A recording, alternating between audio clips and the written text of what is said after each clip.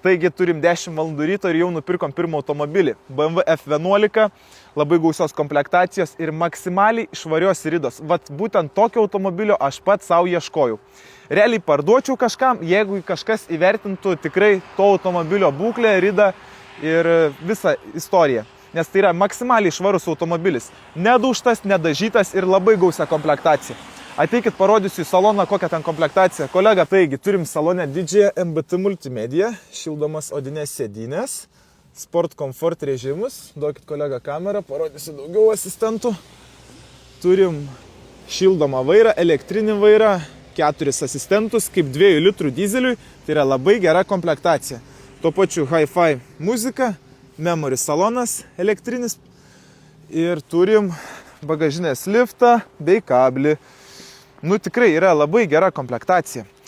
Tuoj parodysiu dokumentus. Labai yra įdomių faktų apie dokumentus. Kaip pavyzdys, yra vieno tik savininko automobilis buvęs. Va, pasižiūrėkit. Vienas savininkas te buvęs. Ir pirma registracija 2017 metais, nors automobilis 13 metų.